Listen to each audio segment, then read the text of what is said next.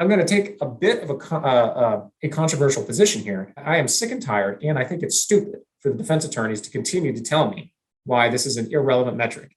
And it's always the same excuse. Well, I have, the crazy plaintiff's attorney asking for $1 million on every single demand. So it's really a $5,000 claim. So that's a distorted metric. No, it's not actually. That's just data.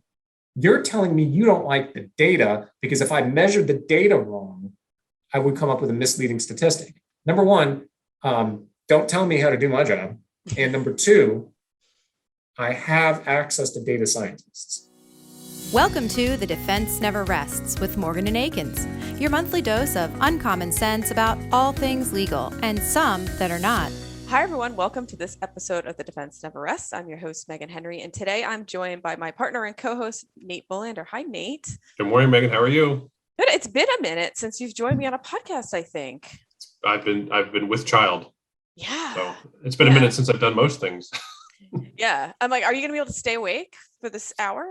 Oh yeah, I got coffee and and I'll get through. It's a series of getting through things for the last month, so I will get through this hour. Absolutely. Well, as is life now with kids, so buckle up. Yeah. Well, it's better by 2 months, right? I'm set by 2 months. And then you can post. This stage is over, and then you get once you get through one thing, the next, once you get comfortable and figure it out, then there's a new challenge, and then you have to figure that out. So beautiful. Yeah. Can't wait.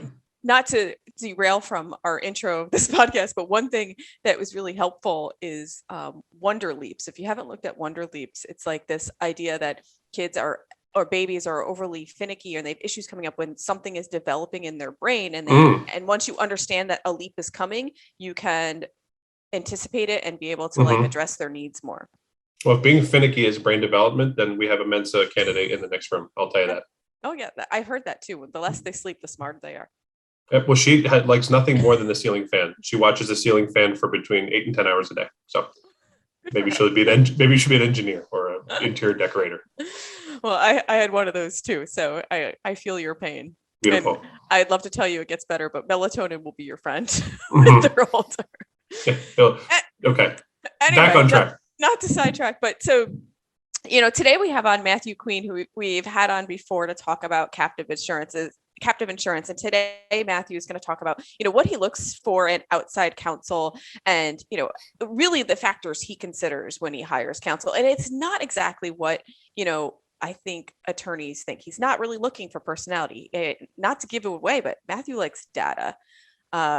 So he's coming on to talk about that and, get into real specifics of how counsel can stand out from the pack and how you can get hired by someone like Matthew.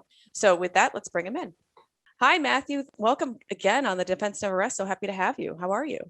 Thank you very much. Appreciate it. So before we jump in, just in case anyone missed the last podcast we had with you that you talked about captive insurance, can you just tell or explain to our listeners who you are and what you do? Yeah, I am the CEO of a small captive insurance company. We provide general and professional liability to a handful of healthcare entities across the USA. We are actively writing premium, paying claims. The only difference between us and an admitted carrier is that at the end of the day, my renewal rate is 100% because we are a self-insurance solution for an existing commercial entity. So what that really does is it means that I don't have to worry as much about underwriting as the average bear. I'm more focused on claims, and vendor management is one of the best ways to manage the allocated loss adjustment expense. And I'd love to be able to share with you a couple of thoughts I have about selling services into an insurance company like mine and the ways that I like to manage ALA, ULA, and indemnity. Okay.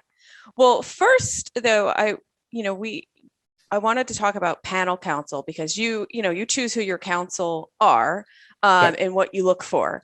So with that, if you could, in your view, if someone wants to stand out to you and get Matthew Queen's attention and get work, that's what we all want. All us defense attorneys, we want work from insurance companies. What is it that you're looking for, and how does someone stand out to you? So I'm in a very fortunate position where all we do is one small area of professional liability. So I'm looking for people who are 75 or 80% in the long-term care space. I will accept, if you do assisted living in addition to skilled nursing, that's fine. But, if you're dabbling in construction defect and then you're handling a little bit of med mal on the side, that's not what I'm interested in. And that mentality is generally shared by most of my peers in claims. When you come out there, I think it's smart to just look at it in terms of the insurance policies. If you want to be an insurance defense attorney, find a policy that you really like and go after it. So if you want to be the slip and fall guy, sounds to me like you're a GL policy kind of person. If you want to be the med mal guy, you probably want to drill down from there. Texas, for example, has med mal statute that covers both long-term care and doctors. So that's so broad that I have to do a little bit of investigation with the defense attorney to make sure that they are well suited for what I want to do. The advantage to the defense attorney by being in a niche, I don't want to use the word specialist because, you're always going to have the oddball claims. You're going to have a rando divorce that comes across your way. You're going to have the rando, your just case that doesn't really fit your mix. I'm not saying you shouldn't accept those claims, but when you market yourself, you need to be a person. And if you're in that space and you develop connections in that space, that's how you develop the confidence in your client to be able to do more or less whatever you want to do. I should not be second guessing you guys. I should be telling you the vision of how I'd like to handle claims. And then your tactics should be so far ahead of mine because you're the specialist that I'm basically just checking the box and saying, sounds good to me. Right. You don't want to be in a position that you have to double check of what your attorney's doing, because then what are you paying them for? I've never switched horses in the middle of the stream, but yeah, if I'm second guessing your motions practice or I'm wondering why you aren't making a more aggressive stance on one thing or another, yeah, that's grounds for at least no more claims. So that's a bit of a bitter pill for the younger attorneys because, you got to know everything you got to know. But for, let's just say the fourth, fifth, sixth year associate looking to develop business, you got to go after something specific. And honestly, if I were to be in my shoes again at a younger age, I'd probably go after something that's a little more exciting. How many space attorneys do you know? Back when I was in law school, I just quietly learned everything there was to know about the Moon Treaty and space law and that sort of thing. And had I actually stuck with that, I'd be the guy. Like I turned out to be the guy in captive insurance because that was the way my life went. But SpaceX is a real thing now. Virgin, they're in the game, and NASA has need for legal counsel. And looking back on it, it occurred to me, I was like, that was a mistake. I'm happy with where I'm at, but I would honest to God say that I had an interest in an area of the law. I got busy with school, and then I took a bunch of tax classes because tax is safe, makes a lot of money. And before I knew it, I completely missed out on the beginnings of kind of the space industry boom. Those lawyers over there, nobody's negotiating their rates.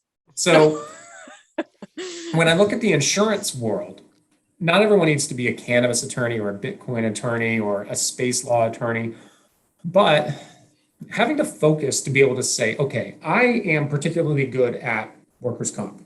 I don't need to do everything else. Maybe I'll take the occasional GL case, but I just need to focus on that. Or even within GL, I'm just going to be, I'm going to be your roller skate rink guy. And that sounds a little silly until you remember that there are conferences like where they have these things called programs. And that's where you meet a lot of people like me. So I'm not going to be the volume-based referral of sources. I've got a good amount of gross written premium, but when you compare me to any admitted carrier, I'm not even a rounding error. But what that means is when you get a case from me, I'm not putting it through the audit software. You're talking to me about the bill, and I'm going to pay market rate in exchange for treat me very, very special. You'll get a few cases from me every year, hopefully not too many, and I expect them to be with all the heat. There's no room for error there because I'm a very small guy. It's a program. Okay.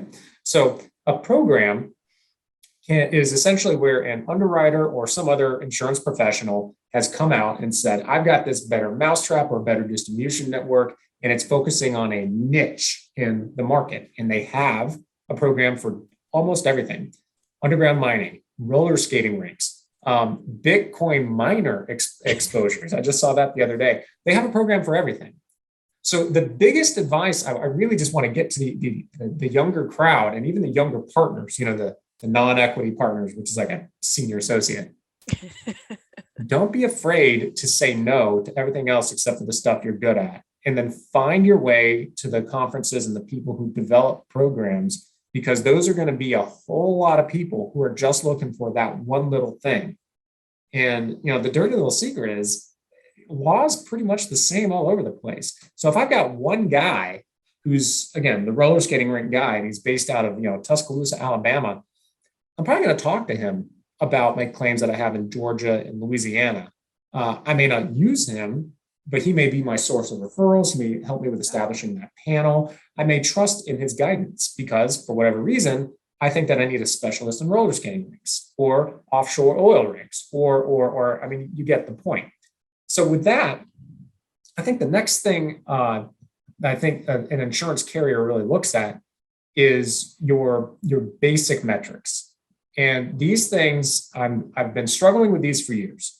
I struggled with metrics back when I was general counsel and a captive manager, trying to figure out who was the best on that panel. I struggled in every other manifestation of myself since then. And even today, right now, I have a limited panel. I've only got about 10 or 11 attorneys. And I think of that, probably like 6 law firms I'm using in 6 different states. And I still don't know who's the best. And I'm actively trying to measure this right now. Right. So it would be so helpful if you could show me that you're the best. So here are the metrics that I care about. Number one, I would love to know your settlement to demand ratio. Show me how much that you're bringing that demand down by. And this is something where I'm going to take a bit of a controversial position here and just tell you that I am sick and tired, and I think it's stupid for the defense attorneys to continue to tell me why this is an irrelevant metric. And it's always the same excuse. Well, I have the crazy plaintiff's attorney asking for $1 million on every single demand, so it's really a $5,000 claim, so that's a distorted metric. No, it's not actually. That's just data. You're telling me you don't like the data because if I measured the data wrong, I would come up with a misleading statistic. Well, there's 2 things there. Number one, don't tell me how to do my job. And number 2, I have access to data scientists. So you got to remember, almost all carriers these days, especially the new ones, but even the legacy carriers, they're investing millions of dollars in data scientists. Now, they may not be measuring defense counsel the way I do. That's Matthew's special brain. But what I'm telling you is that when you look at these things like the crazy plaintiffs attorneys who are looking for $1 million demand, but you see these things across the country and you see enough of them from your firm and other firms, there's ways of taking averages, and it's much more sophisticated than just weighting toward one state versus another. No. There's machine learning techniques and very sophisticated software that can actually pull the leading indicators of a trend with significantly snaggle-toothed data. And this is something that I've been learning myself recently, is in particular with actuarial science. If I don't have perfect loss data, how can I do loss projections? Likewise, if I don't have perfect settlement data from you, how do I do settlement projections? Well, the answer is there's a bunch of technical ways you get around that. But I can't get around that if you hide the ball and say, well, it was $1 million and I think it came down to like a quarter, and then I think it came down to like 2,500. That's not right.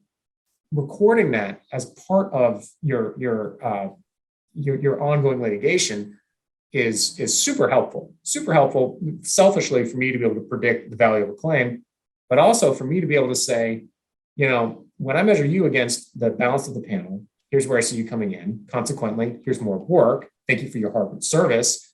And that raise that you wanted, I'm happy to give you something in line with inflation. That's how you get more money from us. It's how you get more work. It's how you get the good rates. It's how you get me not questioning your bill so often. It's all a virtuous cycle. Well, in reality, though, if you think about it, if say you have what some counsel would say, oh, plaintiff has an unreasonable demand. Say they start at, $1 million and you think the claim is worth 10. Well, I would be pushing that because look, they were at $1 million and I settled it for $10,000. Look at me, look at the work I did here. I mean, to me, that's something you'd want to celebrate because it shows that you were like, yeah, I thought nothing of their $1 million demand. And in fact, I talked to them and I got them down to what I believe this case is worth. And that's what we're settling it for.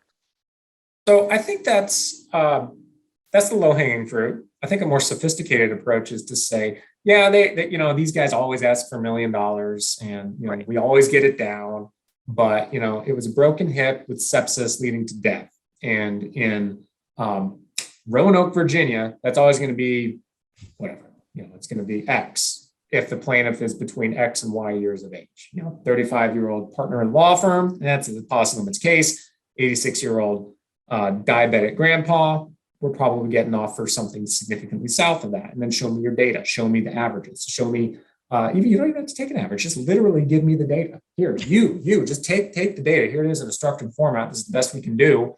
Enjoy it. And what that allows me to do is to be able to sit there and price these things out.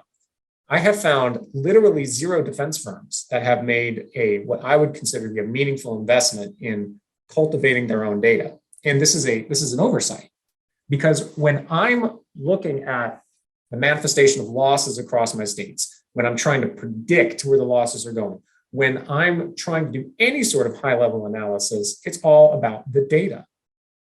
And look, I mean, I'm struggling with my claims department right now because I'm overwhelmed with all the work. It is a lot. And I just don't read the majority of what you guys put together. You should hear that from me. And I care about these claims very deeply. Like this is my baby. I'm getting an insurance company off the ground. And I skip straight to the summaries and I scan a little bit through the discussion about what happened to the witnesses. And honestly, I know what you're doing. You're putting your notes into the file, and I hope you're not charging me too much money for basically recording what happened. But that's not persuasive. That's not useful. It's not even really read. And I am not the only person in claims who struggled with this. If I don't see very clearly this LPN is going to say something nasty or this RN is going to say something fantastic, then I have to do a significant amount of analysis and thinking, and then I have to get back to the claim. And I have like 15 open claims, and I don't even remember if this is a claim or just a medical records request. Good gravy. Do that and get that extra mile as to sit there and say, and here's why you should be paying attention to this. Summarize it for me. I mean, honest to God, if you could find a way of sending me the updates in the case without even giving me a narrative, I would like that more because I could plug and play into something else. Hey, this case is a 3 out of 10 on the severity scale. Now that's impossible. I understand it's too subjective as to what we do, but analysis that starts and ends with, we interviewed this witness, we took this deposition, it went good, it went bad, here's the key facts, moving on, and then maybe some supplementary stuff beneath that. That's how you work well with me, because I know which attorneys are sending me a lot of work where the associate clearly was just entering a bunch of data, they billed me for it, and I am receiving 0 value from them. Right. And I've already had a discussion with an attorney who I like. He's not going to get any fewer claims from me, but I called him out. I just called him up and said, look, this is not what I'm looking for. This is not the way that I do business. I don't need this.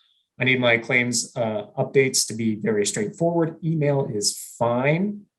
And that's me because I'm busy. I got all sorts of other stuff to do, but I'm not uniquely busy. Every other person in a claims department is going to be very busy. And here's why. Claims doesn't make money. Underwriting makes money.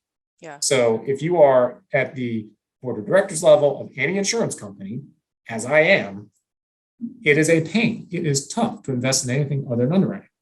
I need to have probably a bookkeeper or someone in accounting. It'd be nice to have an adjuster. I also have significantly more exciting things that I need to be working on, like training our data and doing a few other things. So where do you think my money's going? And I'm the one telling this to you. So at every insurance carrier, those claims departments are going to be underfunded, understaffed, and the underwriters are going to get all the love. So know that and don't make their jobs harder. Do everything you can to make it easier. So show them your stats, make your case as to why you're an above average attorney, and then think of the things that the insurance carriers care about. Number one, so claims breaks down into three big cost buckets. You got indemnity, which is what you care about, Yeah. ULAE, which is unallocated loss adjustment expense. It's basically overhead, and then ALAE. So in other words, indemnity, ALAE, and ULAE. You can't touch ULAE. ULAE is going to run anywhere in a captive, like the lowest cost possible insurance company. You could get that maybe down as low as 11 or 12%. That is running light, and you're not doing very much in claims. It is a very, it's just basically paperwork, paying for an accounting department. ULAE for let's just say expense in general, overhead, labor, in some reinsurance carriers that you've heard of can be well in excess of 35, sometimes over 40%. So where does everyone want to be? They want to have an expense cost of somewhere between 25 and 33%. That's where people want to be. So then your ALAE is on top of that. Your ALAE is you, plus experts, plus anything else that's in the case. We want that to be around 15%. And that's 15% of the cents on the dollar. So if I wrote $100 premium last year, I'm expecting to pay $15 to the attorneys. And then indemnity should change based on the line of business. In casualty, it's going to range from 30 to 50%. So that leaves pretty tight underwriting margins. And as soon as your indemnity goes up to 65 or 70%, then you're underwater. But what's interesting about this is that the underwriting, what we call that the combined ratio, the ratio of premium dollars to claims. So premium and premium dollars to claims and related expenses. So if the combined ratio is below 100, then let's just say it's a 99% combined ratio, you'd be making 1% on every $100 of premium. In reverse, 101% combined ratio would be losing $1 for every premium dollar written. So we don't necessarily freak out when the combined ratio goes negative, because the losses manifest over a long period of time. And this is to your advantage, by the way. You need to understand what I'm looking at financially. So the ALAE will not be 15% in policy year one. My claims in skilled nursing are going to manifest over a 4-ish year period. Some say 3, I think that's wrong. Some say 5, I think that's a little aggressive. So let's just say 4 years. So of that 15%, what percentage of my costs are going to arise in first year, second year, third year, fourth year? Which is why, if you're taking $100 in year one, but you only expect 52% to go out in year one, then you end up with $48 in year two. You may be trending toward general unprofitability, but with year two premiums coming in, you now have a situation where you can kind of catch yourself up, maybe make some changes in underwriting, possibly make some changes in claims, and maybe you can turn that ship around. This is the secret sauce of insurance. It's why we're so profitable for so long. Why I think this is interesting for you is that if you notice that your settlements are going down, or you're getting worse results against the plaintiffs, you're spending a lot more money, this is an opportunity to talk to the claims department and say, hey, what's trending here? What are you seeing in all of my claims? What are you seeing across this line of business? Is this something that we need to talk to underwriting about? Right there. Yeah. That's your hook. So what I'm hearing more from you is, the way to stand out and get more files and get more cases is to think outside the box of just defending the claim, but more on the business side of insurance. So you have a greater understanding of how your cases that you have impact the bottom line. And once you have that understanding and you pay closer attention to it and you're cognizant of that stands you out from the bunch. That's what I'm hearing from you. I'm painting a picture of how you can get your defense firm written into the policy. It does happen, and those defense firms are the winners, right. Mm-hmm. Because all claims associated with that policy are now going to that defense firm. Huge burden upon you, right. Because now the profitability of the portfolio is not just directly dependent upon you as an attorney, it's directly upon you, managing partner.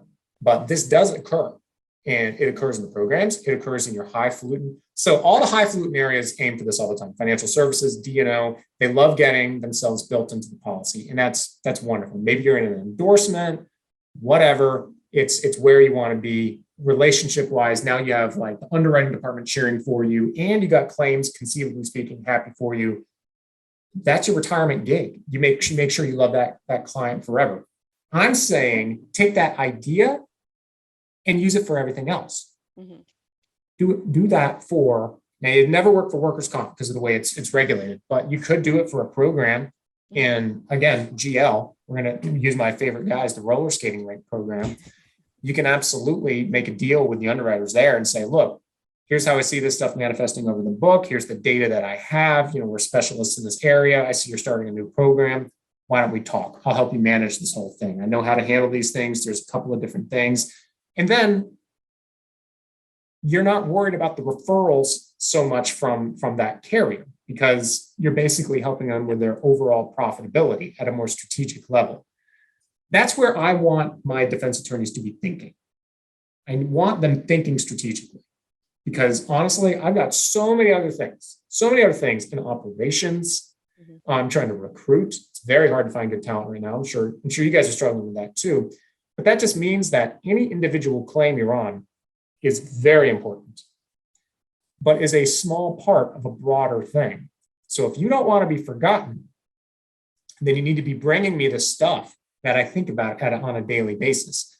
Now, the average, like if you just want to get your name on a panel, it's really not that hard. Here's how you do it. You type in your favorite insurance carrier, and then you just pound all of the adjusters that you can on LinkedIn, find them on Twitter, find them on Facebook, and go make connections with them, because most people are working remote these days. The conferences are not going to be a great place to go. And they're on these adjusters are going to be on Twitter. They're going to be on Instagram. Find them there. Those people will advocate for you either to come through, through them, or maybe they'll have some carriers have a more formal process for getting on board, but they'll refer you in that direction. That'll get you on a panel, but good luck getting any claims. Right. You're not going to get claims, even if you're on the panel, if you're not constantly in someone's head. So the best way of doing that is to be at the highest levels working with people. The next best way down, let's assume that this is impossible. You for whatever reason, you're just never going to get written into a policy. Then I would recommend trying to develop an understanding of how the organization looks. So again, if I were just choosing my own organization, I would, you would find me. You'd see I'm the chief risk officer. You can reach out to me on LinkedIn. If you're halfway smart, you find me on Twitter, and then I'll talk to you. And then you may ask, like, do you have an AVP? Do you have other claims adjusters? And my answer is no. But with a larger, more established organization, the answer is probably yes. And if you come in through the back door like that, if you find someone on social media, you may be able to get yourself in a position where you're talking about this line of business, we're pulling back from it. You can get on our panel, but you're not going to get many referrals. But this one over here is growing. So if you want to present yourself to the panel, you'll have a little bit more success over there. Do you include personalities of attorneys in your rubric? Because I feel like it's when you apply to like undergrad college, they look at your SATs and they look at your grades and things like that. But then there's always that nebulous, are you involved in extracurriculars? Do you interview well? How does your essay look? And from what I'm hearing, there's a lot of, metrics and rubrics and numbers that you look at, but do you ever say, listen, I just don't like talking to this person. I'd rather, I developed a relationship with another counsel I really like just as a person more, or not? Rarely. I mean, I definitely have my favorites like anyone else does, but I can't really say that that's super persuasive for me. I would argue that the defense attorney who's good and fun is probably going to get more from me, but I gotta be honest with you, I'm way more concerned about, if somebody's in my space and she's the managing partner, cool, great. That's who I want. I may share nothing in common with you, but that's exactly where I want to go. But I'm also, again, I'm in a blessed position. I just need the heat. That's all I'm paying for. I don't need a broad-based insurance carrier that offers me, something in 50 states because I'm such a big carrier. I just need to have a solution everywhere. No, I'm a different guy. I am definitely looking for people who can come in, beat the hell out of opposing counsel, or just beat them off of me where we do, have a problem. And I mean, I work in the middle of nowhere, Georgia. So I'm probably never going to meet you. If you're my boy or you're my girl from Missouri, I like you, but realistically, I'm probably not going out to Kansas City anytime soon. So I think that's a good question because it reflects the cultural change in the allocation of claims that I've seen since I started allocating claims. So when I was general counsel with a captive manager, I more or less sat down with the defense attorneys who we liked. They did the bad faith presentation. They told me how smart they were, and they were very, very good. And that was it. We'd meet them, once a year or so. They'd take us out to dinner. It was fun. Subsequent to COVID, I have met 2 or 3 attorneys who've worked for me. And in this current role, I got to be honest, I don't know how many of these attorneys I'm ever going to meet. I mean, I'm hiring for a guy out in Washington State right now. Unless I just happen to be in Seattle for fun, I don't really, he is a nice guy, but I'm probably never going to meet him. So these attorneys who I'm talking to, they know where I'm coming from. My guidelines are even different. My guidelines focus on statistics. They focus on strategy and claims. I'm not talking about save me, 5% by, doing some stupid stuff with, deposition management. No. That's not where I'm at. I'm asking for someone who's a true expert in what they're doing to be able to demonstrate to me that they're more worthy. So settlement to demand ratio is an area. Obviously, your billable rate is important, but not the most important thing. I think other areas results in settlements overall, like what are your numbers and what factors are in those settlements? Who was the plaintiff's attorney? Who was the judge? What county were you in? What facts are relevant in that case? Age, race, national origin, all the stuff you shouldn't talk about is obviously relevant for a jury. So we would need to know these things. Gather those statistics to the extent possible, because I'm going to feed that directly, not only to my claims department, but my underwriting as well.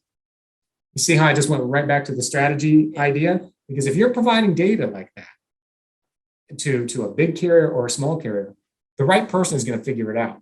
But if I were in your shoes, let's assume you have a relationship with admitted carrier XYZ. The adjuster who's handing you the slip and fall claim is never going to do anything with this data.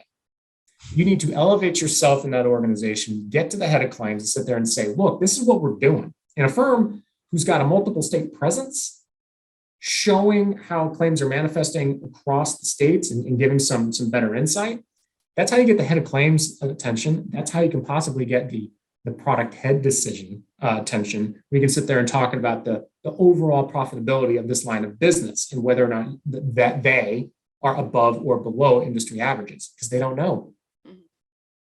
You have data nobody else has.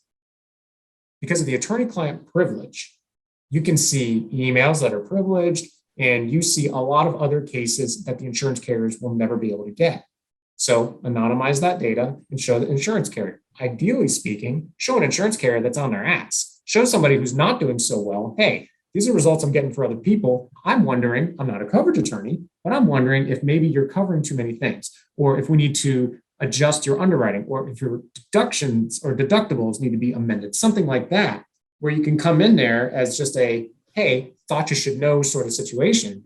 That may get you an invite to go sit there in an HQ and talk about, what you see going on differently in other areas with other carriers. And I honestly believe, I think at any company I've ever worked at, that would send you straight to the top of the list of this guy gets what we're doing. Yeah. And that goes back to the thinking outside of handling the actual claims and files, but more tackling the business side and knowing exactly what you or a big box insurance carrier, what they're looking for. And it's more than just a check the boxes. This is how we handle a claim. We're a great attorney. I mean, you and I have talked about this before. You're like, you're all great attorneys. Like, that's not the bottom line here. You have to stand out above that. You expect everyone to be a great attorney. 100%. I mean, 105% agree. It is table stakes at this level that you're going to be good. So this conversation is not aimed at the first or second year associate.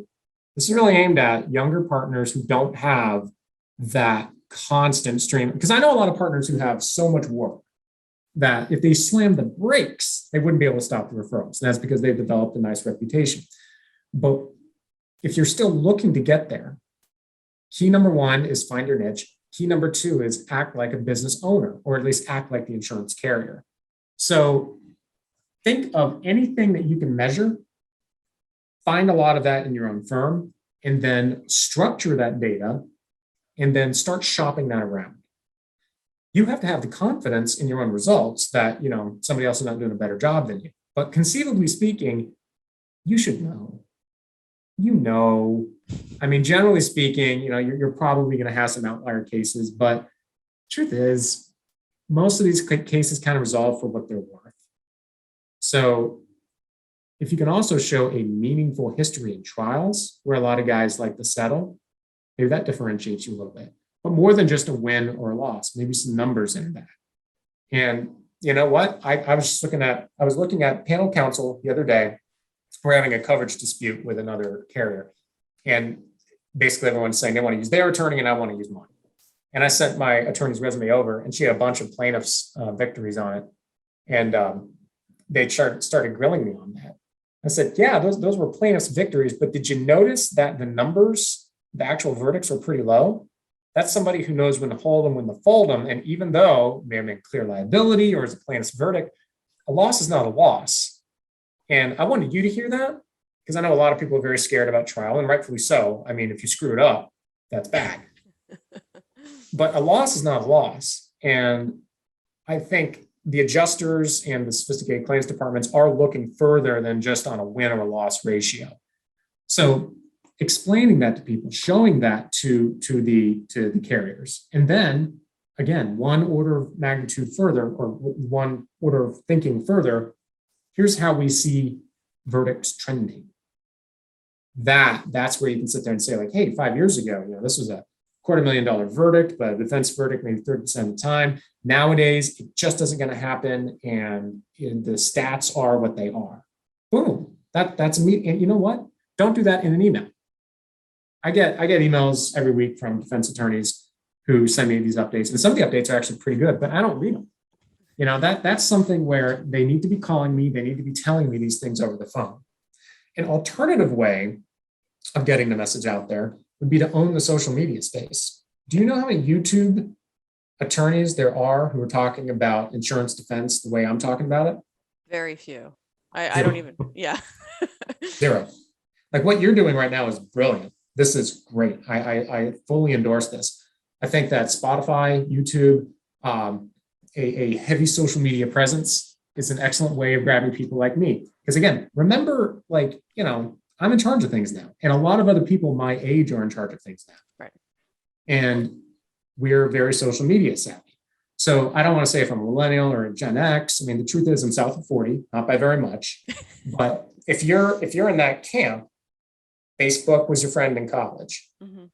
And as a result, all the explosion of social media means that every younger professional you're dealing with is going to be on social media. I just saw a legal tech firm the other day, several, like 6 legal tech firms the other day, all hiring for a champion of social media strategy. They're looking for attorneys who are media savvy to get out there and help them to sell their products to people like me, and possibly also people like yourself.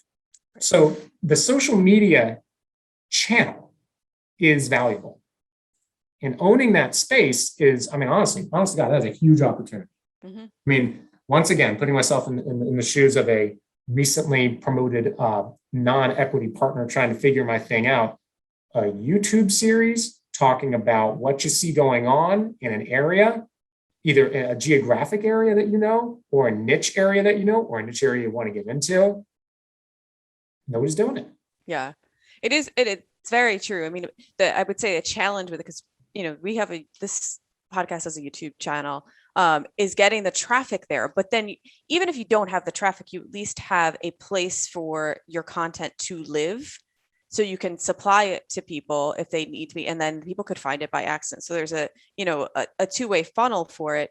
But there is certainly a challenge with, getting it out there so traffic can see it. Yes. I think the length of time, if this is your thing, if you want to be a defense attorney, in particular, if you want to be an insurance defense attorney, it's going to take time before people really start to recognize who you are. But the advantage is when you own that space digitally, you're going to get referrals. You're not just going to get potential clients looking at your thing. You're going to have competitors studying you. And the good news there is that competitor may be in Baton Rouge. So they may just say, oh, you need someone up in Tennessee. Okay, I got a law firm for you. Why don't you try these guys? They seem to know what they're doing. So that expansion of your network and that selflessness of giving as much information as you can, basically charging nothing for what you know and only for what you have to research. Yeah. Taking that mentality into the digital space is going to create a digital network that's equally as valuable as your real life friend network. And that creates a nice virtuous cycle where you will get referrals from people who you've never met, who just know that law firm seems really smart. Yeah.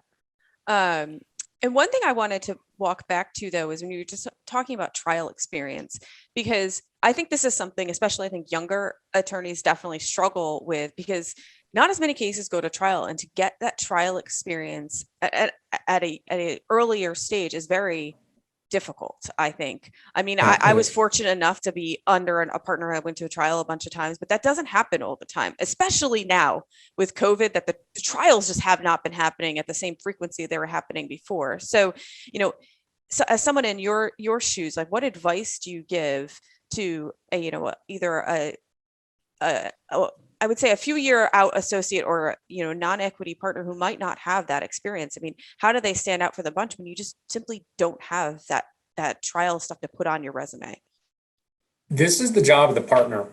So the partner needs to be holding the adjusters accountable, and you need to be taking as many claims as is reasonable to trial, and they need to be settling them above your head. This was the greatest advice I ever got from an attorney whom I worked under years ago. He said the adjusters need to be settling the cases, and the partner needs to advise. Obviously, if there's clear liability and it's a policy limits case, get out. That's common sense. And if people figure out your milk and files, they're gone. But again, we're only talking to credible candidates right now. Right. So you have to make your case as frequently as is possible. And anytime that you can win a case, you need to have, once again, the most granular data possible so that the chief claims officer or the head of claims, whatever it is, has priced in the risk. And then once again, go back in time. Like, absolutely nobody wants to pay policy limits on a claim. Nobody. Got it. But what was I saying at this point, I guess 25 or 30 minutes ago, about the manifestation of costs over time? The premium associated with that claim may have been collected 2.5 years ago. They've collected more premium since then. Yeah. Take some of the burden off of yourself. Okay. Now, if you don't understand the mechanics of how money moves in an insurance company, $1 million claim, you may have a heart attack, and that is a bad day. And honestly, I hope that's a situation where you get sucked into trial that you're trying to get out of. But if you go into a verdict and we price this thing out, and I think on a good day it's a defense verdict, a bad day it's 150 grand, it comes in at 100 grand. I spent 50 grand on it, probably more these days. I'm okay with that. Not thrilled. I'd like to see a defense verdict, or maybe goose some, down to like 2,500, some nuisance verdict settlement or some nuisance verdict. But we've priced that in. We priced it in years ago. So it's called reserving. So the real thing you need to be doing, like, let's talk about the managing expectations. What specifically do you manage? The reserves. So when you tell me this is a $150,000 claim, plus it's going to cost you another 100 grand to go to trial, I'm not scared. I'm just reserving that. Now, I would prefer to reserve less because that allows me to pull down from my reserves and declare more underwriting profit. But the truth of the matter is, if you tell me it's a total incurred of $250,000, that is what it is. So make sure that you accurately reserve these things on your end so that we don't have to stair step up or down. That keeps the actuaries happy, and then moreover than that, that allows me to go back to the underwriting side and play distribution games. Hey, it looks like we've got a whole lot of reserves over here in West Virginia. Turns out we radically misunderstood that. Let's pull that down a little bit. Let's try to focus a little bit more in Texas, where the liability seems to a little bit little bit lighter. That's helpful. And, there's still going to be those claims that coming through in that area that you may be living in, West Virginia. But you're going to be getting more of them because you're the one who's telling them from the very beginning what this claim is actually worth. And then if you go through the trial and miraculously do get a verdict of significantly under that total incurred, well, that's nothing but gravy to the insurance carrier. Yeah. I hate to go back to something, but I had a question that was stuck in my head that I didn't get to ask at the time. You were mentioning looking for folks with experience in the types of claims that you handle or types of claims that you have with your company.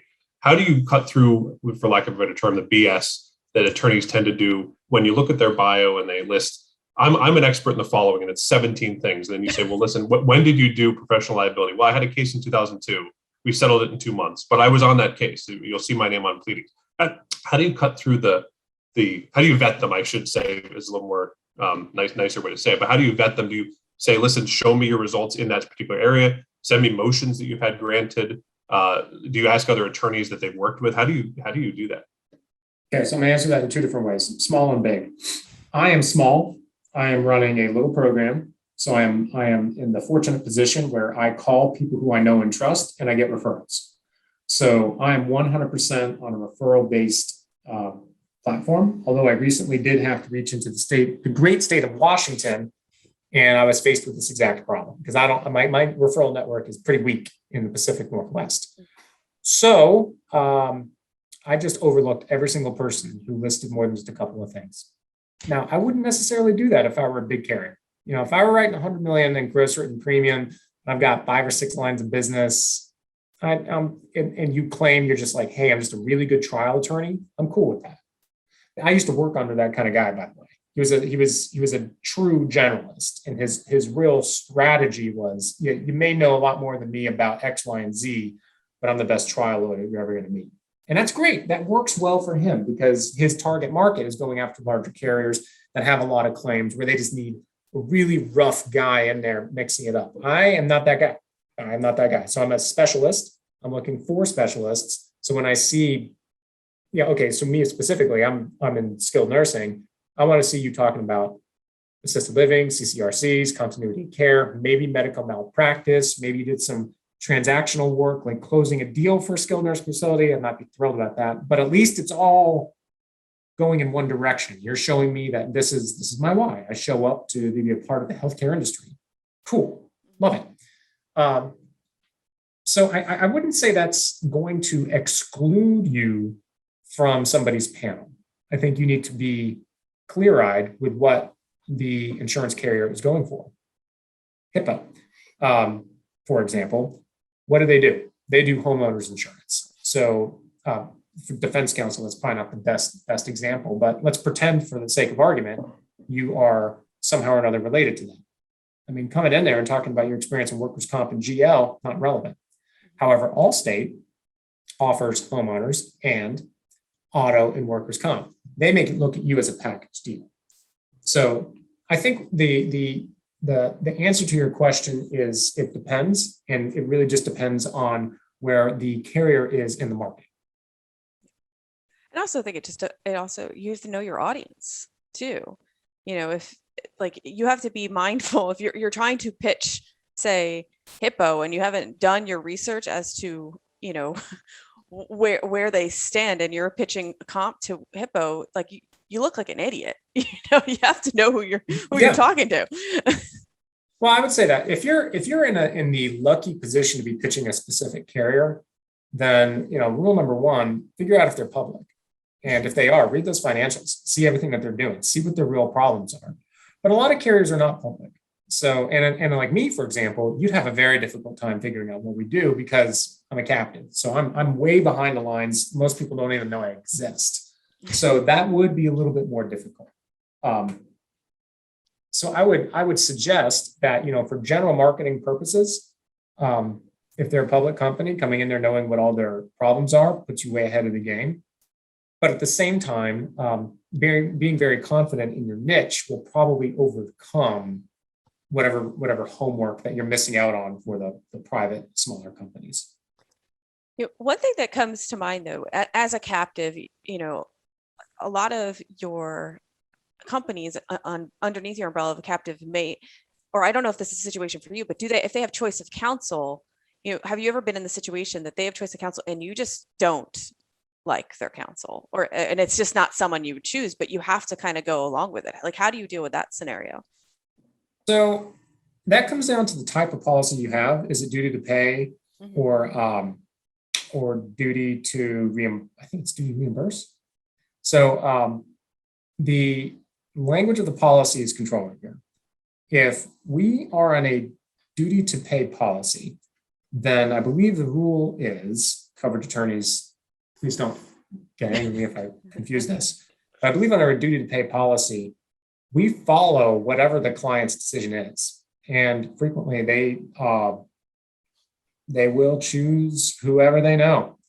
Sometimes they're fantastic and expensive. Sometimes they're crap and expensive. What is for sure is that if it's under a duty to pay policy, that attorney is not on panel and is going to charge full freight and then some, put the training wheels on the associate, get the other associate's cousin on there that they haven't used on that many cases, just milk the file. I see it happen. It's why I don't write those kinds of policies. Our policies, I am in charge. I think there is a strategic reason why you may want to have choice of counsel endorsements on policies. If you're in competition in the marketplace and it's a very tight area, that may be an area where that may be the deciding factor between getting a large account to go with you versus someone else. I get it. Underwriters have to play a lot of games, and the brokers are a pain in the butt too. So it's a whole jungle. But coming from the pure claims department side, no, hell no. It's my panel, it's my attorneys. I'm the guy who's in charge. And what's particularly good about me being in captive land, there's no tripartite relationship. So you guys have the ethical quandary of, well, the insured is the client, but the carrier is paying the bills. So you have to navigate this ethically. And oh my God, there's 50 different rules in 50 different states. Captive is different. I'm the client too. So it's real easy. Right. I call the shots. So one thing I wanted to touch on though, okay, say you've pitched to get on panel, you get on panel, maybe with you or a big box insurance company, you get the file, you get a bunch of files, and then you fuck it up, all right? And how do you turn that relationship, or one, is that relationship soured? And if so, is there an opportunity to turn it around or not? Or it probably depends. Yeah, I think it absolutely depends. I mean, if you're just a standard screw, let me choose one that may or may not have ever happened to me, where you're suddenly wondering, did someone file that answer on time? And then you're suddenly in default. I don't look at that as that big of a deal, depending on, if it's federal court, not the best. That's rough. But if you're in Chatham County, Georgia, and it's the good old boys club down there anyway, and that judge is going to open up that default no matter what. I mean, how did it happen? Were you overwhelmed? Did you have an associate quit? Are you going through a divorce? Tell me what's going on. I want that kind of again, not filing the answer is right toward the top of the list of we need to have a chit chat, but I'm not going to fire you over that. Especially if it's a one-off. But mismanagement of files, not knowing what's going on in the case, generally just being slipshod, which would tend to correlate with things like missing answers. Yeah, that'll sour me on you real fast. Yeah. And is there anything to come back from that? Or once, you've completely soured, are you just a sour apple and you just need to, cut your losses and move on? Or I think I probably would just cut my losses. So again, we're going under the assumption that, this is a forgivable error, something as binary as did you file the motion or not. And again, if there's no prejudice to the case, I'm probably not even going to worry about it. I would ask that, in the motion, again, going back to the default, don't charge me for the hearing where you have to open up the default or any of the motions related to that, and all will be forgiven. But if you miss a filing and now we're prejudiced and we can't do this thing that we thought was critical to make sure that we reduce the value of this claim, Yeah, man, I'm gonna be real angry about that. And you may need to put your E&O carrier on notice. I mean, Yeah. I don't want to be mean, but at the same time, like I have a multi-state practice. I don't even pretend to know all the procedural rules in all the states that we're in. That's your job. Mhm. And I expect to be working with people who are passionate about their job, who know these things, who stay on top of it. And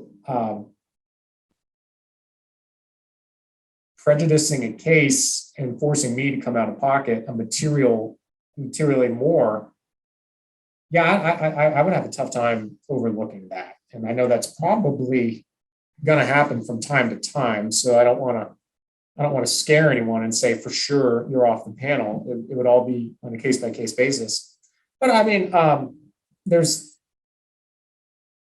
it's hard for me to imagine that someone who's engaging in fraud is being honest and everything else. So, I saw a defense firm at one point in my career was engaging in fraud. They had to go. It wasn't even on my case. I just knew for sure this firm was credibly accused in federal court of hiding evidence. So gone. Like, look, I can't be dealing with people who play those kinds of games in discovery. And they had every excuse in the world why it wasn't their fault, blah, blah, blah, blah. I mean, no. So that was one where they had to go. And then other firms that just chronically are not doing a great job, making life difficult for the adjuster, the again, it's the death by a thousand cuts thing. Yeah, they eventually have to go. Yeah. And I mean, I would say that's in a way a kiss of death. Like if our job is you have to feel confident in what we're doing and make your life easier because we're doing something that like we're taking something off of your plate, so to speak. So for fucking it up or not being clear about what we're doing or chronically late on reporting or this, that, or the other thing, of course you're going to lose confidence in that attorney. And then why are you going to pay them? Yeah, exactly. And you have your choice of people lining up, I'm sure, to take their place, right? There's no dearth of attorneys looking for work. Yeah, that's part of the problem. There are a lot of insurance defense attorneys out there. That's why I again, maybe it's just my bias because I know something about the way insurance works mechanically. I would be making a beeline for the programs because that's where you're going to find more of your specialists and the people who you can actually talk to. And they're smaller, so they're probably going to want to work with a firm that is smaller for various reasons. I think small firms are typically hungrier and do great work. The competition that you've got from the large multi-state law firms is legit. And the truth of the matter is, some of those firms are excellent. I mean, not every firm has 100% on anything. But I mean, some of these large multi-state plaintiffs firms can actually win the occasional $15-20 million case. So it's hyper competitive. So the tactics that I'm talking about, try to get on panel, to try to get claims referrals, to try to get yourself higher level in their minds, as well as increase your bottom line, is all designed to try to get around the biggest weakness that I see in the defense bar, which is a fundamental misunderstanding of what the insurance companies do. Mm-hmm. Okay. The fear of going to trial. What did I say? That money's already baked into the cake. Yeah. Conceivably speaking, if you lose that trial, that's not why you get kicked off panel. All right. And conversely, winning that trial doesn't necessarily mean you get 100 more cases. Trials are very, very important. Trials are very, very important. But it's not the only thing that's important. Likewise, the billable rate, not the most important thing. If you can demonstrate to me that you're more efficient and that, hey, look, my settlement ratio is this, the average settlement includes people from these following counties. And by the way, the ultimate cost associated with me is going to be this. If you have the confidence in saying that, I'm at a little bit more than a market rate, but here's what you're getting in return, that may be persuasive enough to allow someone to say, okay, with your healthy rate. And the truth is, in insurance defense, the carriers will push you down to the bottom. There's just a natural tendency there. They will push those rates down as far as they can. And you guys have the obvious problem of associates who can apparently get $100,000 signing bonuses with the AMLAW 100. So you've got that problem kind of going in the opposite direction. And here's a way I would actually negotiate this. So if you're dealing with a particularly obstinate carrier, figure out if you can what the loss ratio and combined ratio is on that line of business and at the carrier level itself. Because one of the counter arguments to defense counsel asking for more money is, hey, manage your own costs on your own dime. That's not my problem. But if you can respond and say, hey, you had a 95% combined ratio, you're making profits, you're paying your people more, and we were a part of that, treat us like a business partner, that throws some of the hubris back in their face. Yeah. Well, one theme I think I take out of any time I sit down and talk to you is data, data, data, data. And that is really what counsel needs to be able to set themselves apart, is be mindful of your data and promote your data. And that can help stand out from the pack. Yeah. So the business model I just don't have time to focus on is, okay, so, if I'm starting my new insurance defense firm, I'm also starting a TPA hand in hand with that. So the reason there is you can offer services as basically a vertically integrated claims cycle for the for the claims department. So start working the cases the right way with adjusters, aka paralegals, and then when the claim manifests into a suit, the partner starts doing some more work. You bring in an associate, and now essentially you're handing your associate a well-worked case. This, if you pull the data from the very beginning on all the claims, you're going to have a full stack of knowledge starting from basically the notice of incident all the way through settlement. So remember that data source you have, no one else does. We saw the communications with plaintiff's counsel, all the motions, all of the communications with the insured, all of the evidence. Put that into a database, have quality data engineers start to pull that out, then Moneyball claims, starting with the TPA. Then really what you're doing is you're using the TPA as basically like a shopping arm to try to go get more carriers to hand you work. And your pitch is very, very simple. You give it to TPA XYZ, they're going to do it the old-fashioned way, they're going to guess on these claims, and your guess is as good as mine. We can quantify these claims down to the county, down to the judge. We know exactly what they're worth based off of the manifestation of claims over time. I didn't make this idea up, by the way. So if you look at a company called Gradient AI, they can already kind of sort of do this on workers' comp claims. So all I'm suggesting is take the same concept and expand it out to defense firms. Use your incredible wealth of data that nobody else can touch, the privileged data, and then start to look at it. I mean, my God, especially, if you can find a couple of partners across the country, defense firm in the Southeast, Northwest, Southwest, you can create a confederated strategy where you review each other's data. You look at the claims as they're coming in on the TPA side of things. You start to pull inferences from that. Then all of a sudden, you've got yourself a nice little market edge, and nobody else has that. Literally, not one defense firm has put this together. It's funny when you mentioned the word Moneyball, because when you were talking about a half hour ago, I thought this is like Moneyball because it cuts through, the book and the movie, because Bill James cut through all that in baseball. It cuts out everything except for the numbers that really matter. And have people actually said to you, this is like Moneyball? Miz, have you heard that? Because that's exactly what I thought. Well, so the quote from the movie is, what do you buy when you buy a baseball player? You're buying runs. Likewise, right. What do I buy when I buy a defense attorney? I'm buying wins. The problem that I have in the claims department is defining what a win is.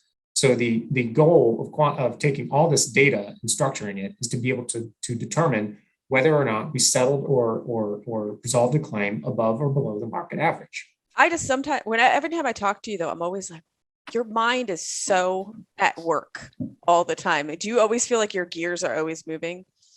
I work on a lot of things. What a nice answer. What a good diplomatic answer. Well, I want to be respectful of your time because I've kept you for an hour now, and I know you have a lot of things to work on, and as you're very busy, so I don't want to take any more of your time. But Matthew, I can't say it enough. I always appreciate when you come on and join me and join us on the Defense of Arrest, because I love your candidness and how much you share with us and all our listeners about what you and people like you and your position are looking for. And I think you also have like a fresh look at things, which I appreciate your candidness about. thank you very much. I appreciate the time, and I look forward to seeing you soon. Have a good Thank one. you so much. Thanks, Have a good one. Matthew.